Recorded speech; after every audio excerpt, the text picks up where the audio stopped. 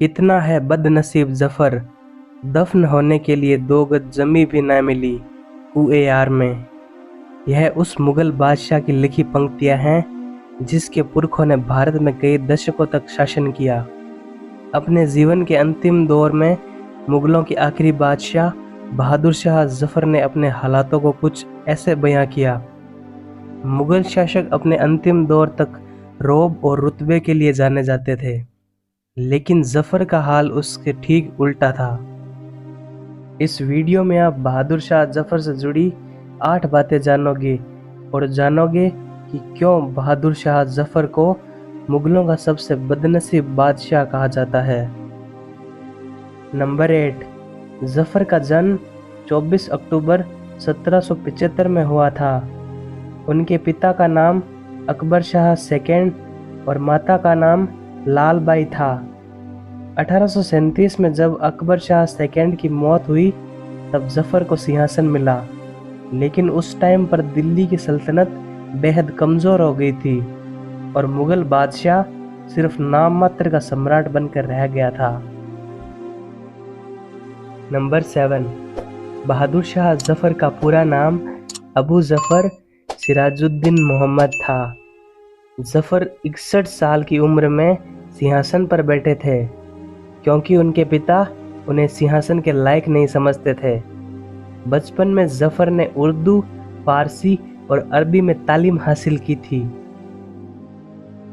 Number 6, सन 1857 में Britishers ने तकरीबन पूरे भारत पर कब्जा जमा लिया था।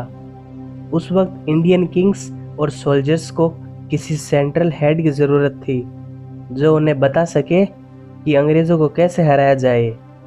तब जफर को हेड बनाया जाता है और अंग्रेज़ों के खिलाफ जंग छिड़ती है। जफर उस वक्त 82 ईयर्स के थे और उनकी सेना वह जंग हार जाती है। नंबर 5, अमरपाल सिंह अपनी किताब द सीज ऑफ दिल्ली में लिखते हैं कि उस दिन 16 सितंबर को अंग्रेज़ों ने जंग जीतने के बाद बादशाह की रियासत को चारों तरफ से घेर लिया था और जफर को यह बात पता लग गई। इसलिए वो अपने चुनिंदा मंत्रियों के साथ महल को छोड़कर हुमायूं टॉम में चले गए।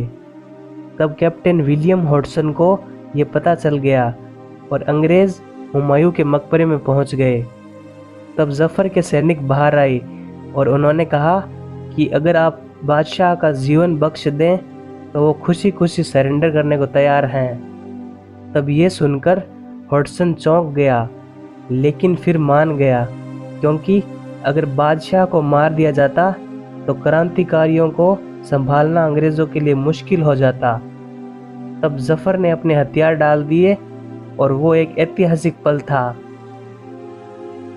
नंबर 4, फिर अंग्रेज़ों ने जफर को कैद करके उन्हें दिल्ली से दूर बर्मा भेज दिया और रंगून में उन्हें कैद कर दिया गया और फिर बची हुई सांसें उन्होंने वहीं ली। नंबर 3, बहादुर शाह जफर शेर व शायरी को बेहद पसंद करते थे। वे खुद भी एक बेहतरीन शायर थे। वो जफर नाम से उर्दू में शायरी लिखा करते थे और अपने ज़माने के एक मशहूर शायर बन गए थे।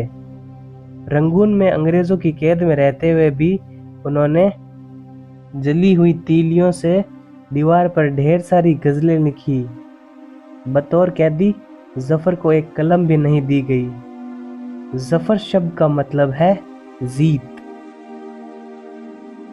नंबर 2, बर्मा में अंग्रेज़ों की कैद में ही 7 नवंबर 1862 की सुबह जफर की मौत हो गई।